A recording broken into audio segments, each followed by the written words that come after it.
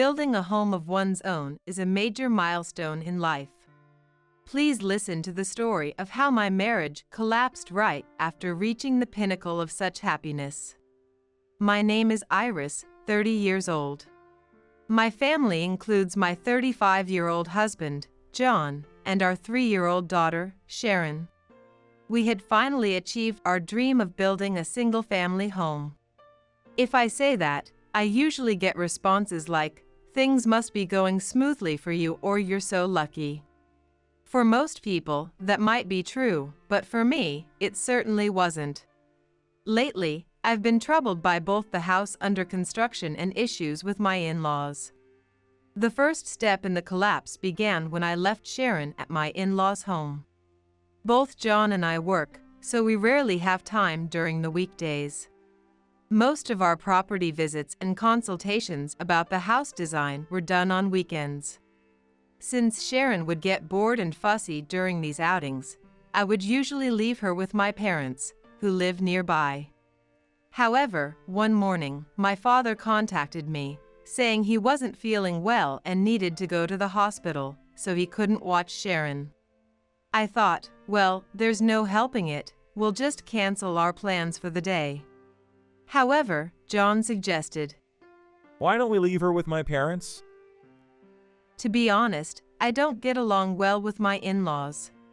My in-laws seem to think that being considerate towards their son's wife wasn't necessary, so they felt free to say anything that came to mind. I couldn't shake the thought of what era they were from. On top of that, I felt hesitant to suddenly ask them to watch a 3-year-old. However, if we delayed today's plans, the completion of our home would be pushed back as well. After debating, I decided that, just for that day, I had no choice but to leave Sharon at my in-laws.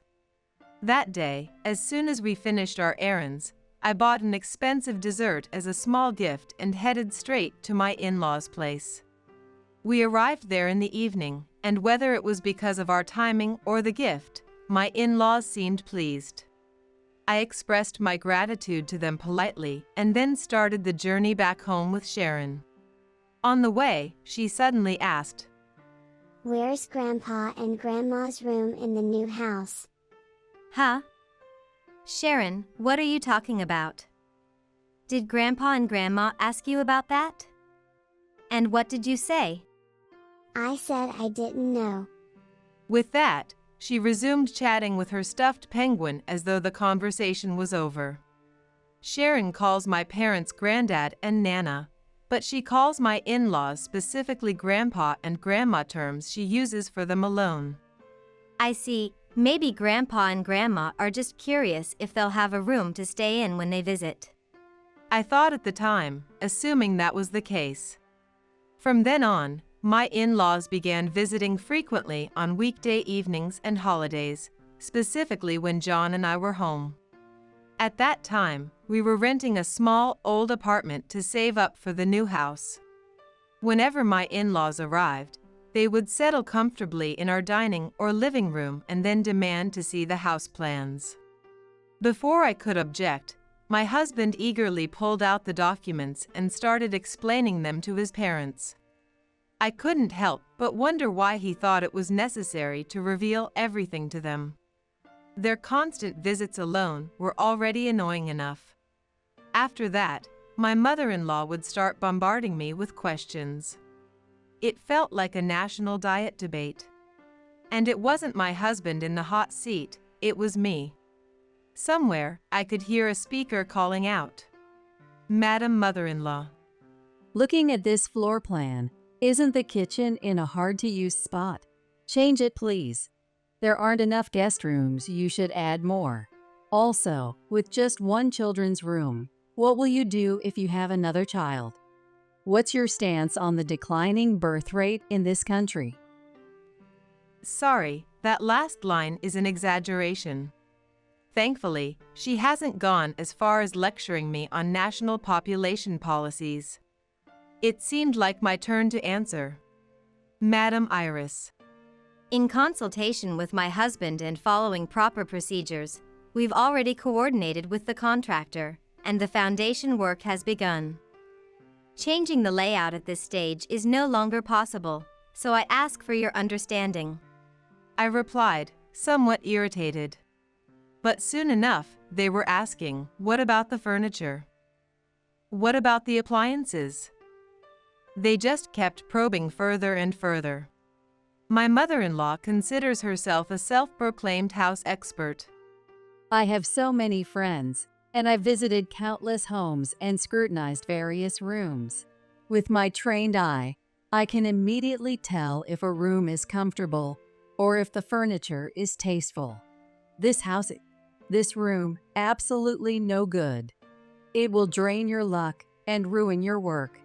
Terrible. A professional, really?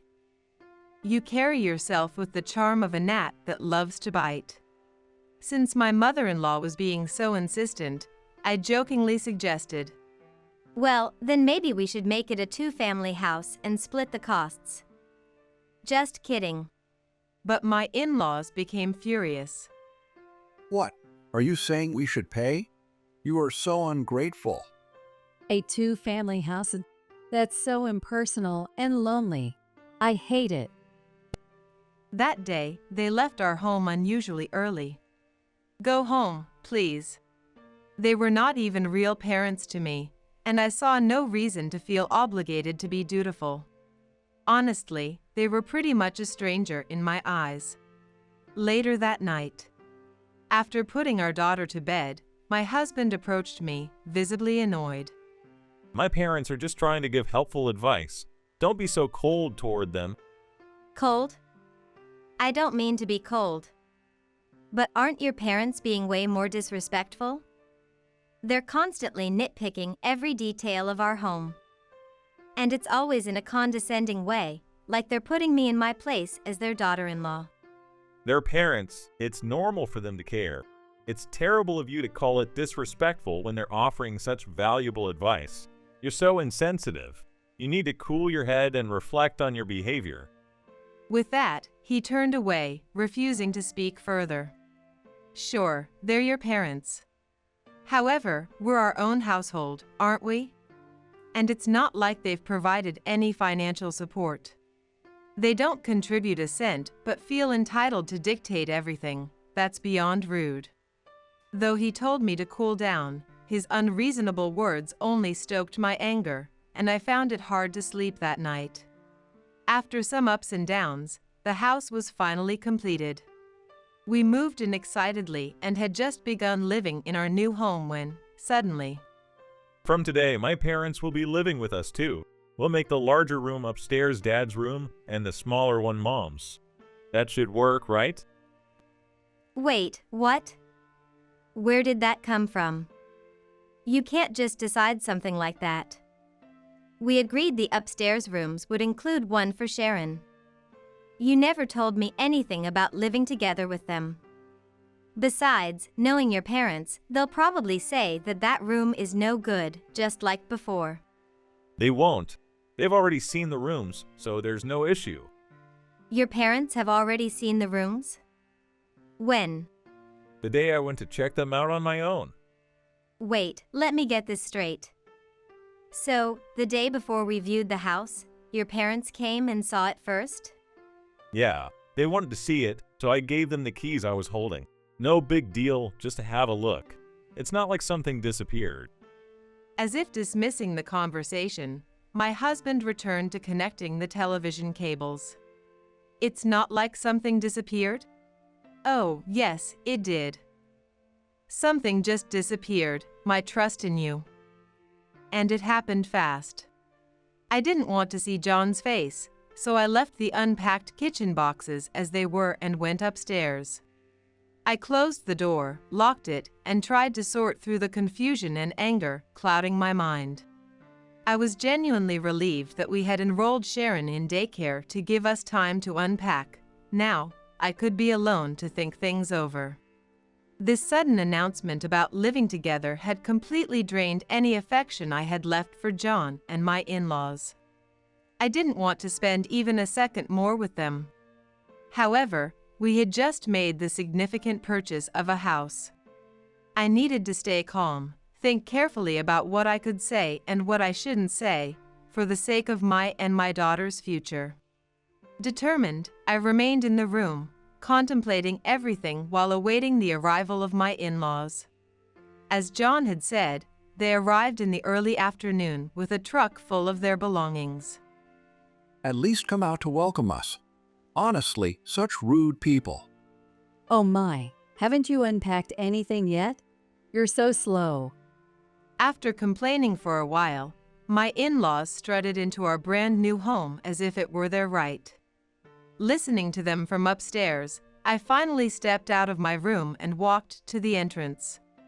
Hello, there. I hadn't heard a word about living together with you. My first words came out in an unexpectedly cold tone, even to myself. My father-in-law, clearly annoyed, turned to chastise me. We told John. That should be enough. No, it's not.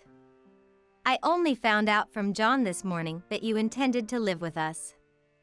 And I have absolutely no intention of living together with such rude people. What did you say? John already agreed. Do you think you, a mere wife, can defy your husband? That's right, such a brazen wife. If you don't like it, why don't you just leave? It was hopeless. I had suspected for a long time, but it was clear now that we had such fundamentally different mindsets that communication was impossible with them.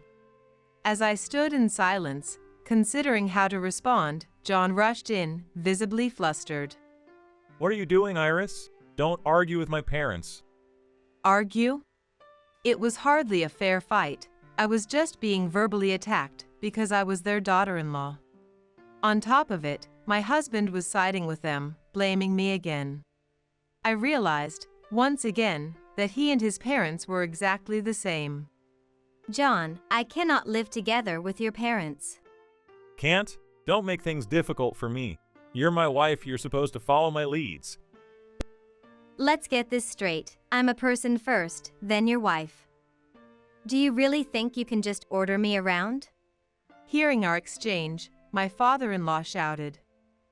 We don't need a wife like that in our family. Then John echoed him, saying, He's right. Maybe it would be best to divorce if you can't respect my parents. Just what I was waiting for. Sure. Then let's get a divorce. I said it firmly, without hesitation. John had brought up divorce. I agreed. I silently hoped that my smartphone, tucked away in my pocket, had captured this entire exchange. I continued, resolute. Since we'll be going our separate ways, please return the $350,000 that I lent to you, John, for the construction of this house. What? My in-laws let out an astonished, almost comical gasp, and John's face turned a shade of pale that went beyond blue. With thorough politeness, I explained the situation to my clueless in-laws. It seems you're under a misconception, but John didn't contribute a single penny toward the house. This house was built entirely from my savings. The reason was due to his complete lack of financial planning. He had no savings whatsoever. Since we're a dual-income couple, we agreed to contribute equal amounts from our incomes for our living expenses, saving the rest under our respective names. But John spent frivolously and never set any aside for savings. Hey, Iris, that's a bit much. Every word I said is the truth. And yet, when we finally discussed buying a house, you insisted that it be in your name. So I structured it as a loan to you, remember? I have the loan agreement, so there's no way you can act as if it never happened. No way. Leaving John and my in-laws stunned and speechless, I quickly packed my valuables, clothes, and Sharon's favorite toys into a suitcase and a duffel bag. I held her beloved stuffed penguin under my arm. After loading everything into my car, I left without looking back, saying goodbye to the brand new house we had barely settled into. I picked up Sharon from daycare and headed straight to my parents' house. They were visibly shocked when I showed up unexpectedly with so much luggage and in a tracksuit. If this is too sudden or inconvenient, I can always find a hotel, I said tentatively. My parents immediately stopped me, insisting I stay. Later, they told me they had feared that, in my despair, I might have intended to take drastic action with Sharon. In reality, it was the opposite. I had sworn to myself that I would protect her, no matter what. I proceeded to tell my parents everything that had happened. I told them I was divorcing John, who had shown not a single redeeming quality, and that I was determined to take full custody of Sharon. My parents promised to support me completely and offered to let me stay with them for as long as needed, a generous offer, especially since I work full-time. That night, I documented everything that had transpired between John and his parents. I also backed up the audio data from my phone, which had recorded the conversations with John and my in-laws, saving it on both my computer and external storage devices. Armed with these documents, I used my vacation days and weekends to visit several law firms. Eventually, I found a lawyer I could trust and officially hired him. As the busy days flew by, a week had already passed since the day I stormed out of the new house. That day, after finishing work and leaving the office, I found someone waiting for me. It was John. Well, technically he was still my husband, though I'd rather refer to him as my ex. I had no desire to speak with him, but I feared what he might do if he got angry. To stay in a public place, we went into a nearby cafe, and I discreetly turned on my phone's recording function. Trying to remain as composed as possible, I asked him, "What do you want to talk about?" That's the thing. About the houses, Iris, I'll give it to you. I'll transfer the title over to you, so can we consider the debt cleared? I'm sorry, but I have no intention of living in that house anymore. Your parents set foot in it before we did, right? Is that really such a big deal? It is to me, so it's not going to work. I took a sip of coffee and looked closely at him. His hair was messy, with strands sticking up in places, and stubble dotted his chin. His complexion looked unhealthy. Though he was wearing a suit, his shirt was wrinkled and clearly hadn't seen an iron or dry cleaner. Whatever life he was living, he seemed utterly worn down. Please, Iris, I can't pay back such a huge amount of money so easily. You knew it was a large sum when you borrowed it, didn't you? I even offered to put the house under both our names or solely under mine if necessary. But you insisted, it's my house. It'll be in my name. That was your decision. I thought I should be the homeowner, and about the divorce, I wasn't serious. I only said it to scare you, but why did you have to take it so literally? I am serious. I've lost all patience, and there's no question that I want a divorce. I can't imagine putting up with such disrespectful in-laws for the rest of my life. Come on. Sharon's waiting, so if we're done here, I'll be going now. Wait, I'm taking Sharon with me. A surge of anxiety ran through me at his words. Back at my parents' house, I asked them to be vigilant and prevent Sharon from being taken by force. A few days after John's visit, I received a call from the daycare, saying that someone who appeared to be my in-laws had shown up. I immediately left work and rushed to the daycare. Thankfully, I had informed the daycare in advance, and they kept my in-laws waiting in a separate room, ensuring they didn't get to see Sharon. As soon as I entered the room with my in-laws, they started shouting, Give us our granddaughter back, you greedy little thief. What do you mean by thief? I haven't stolen anything. If you're not a thief, then you're a fraud. You must have earned that money through some nasty tricks. There's no way someone your age could have that much money otherwise. No, the money I lent John was entirely mine, earned fair and square. It's a combination of my own savings, money from my parents, and a gift from my grandmother before she passed. A gift. Yes. Each year, she deposited an amount into my account that stayed within the tax-free gift limit. The total, along with money from stocks in my name that I sold and my own hard-earned savings, made up the amount I lent. No way. It was really Iris's money all along. Didn't you two ever consider giving John a living inheritance? You can still do it, you know. Well, that's... My father-in-law muttered and fell silent. My in-laws were flashy, showy types who loved luxury above all else. They were an ordinary middle-class family with no passive income, so it was unlikely they had much in savings. I was sure the thought of a living inheritance had never even crossed their minds. I'm sorry, but I am divorcing John. I'll be taking custody of Sharon, and please stop coming to her daycare, as it's causing a disturbance. With that, I put Sharon in the car and quickly returned to my parents' house. Despite my warnings, John and my in-laws continued to show up several more times afterward.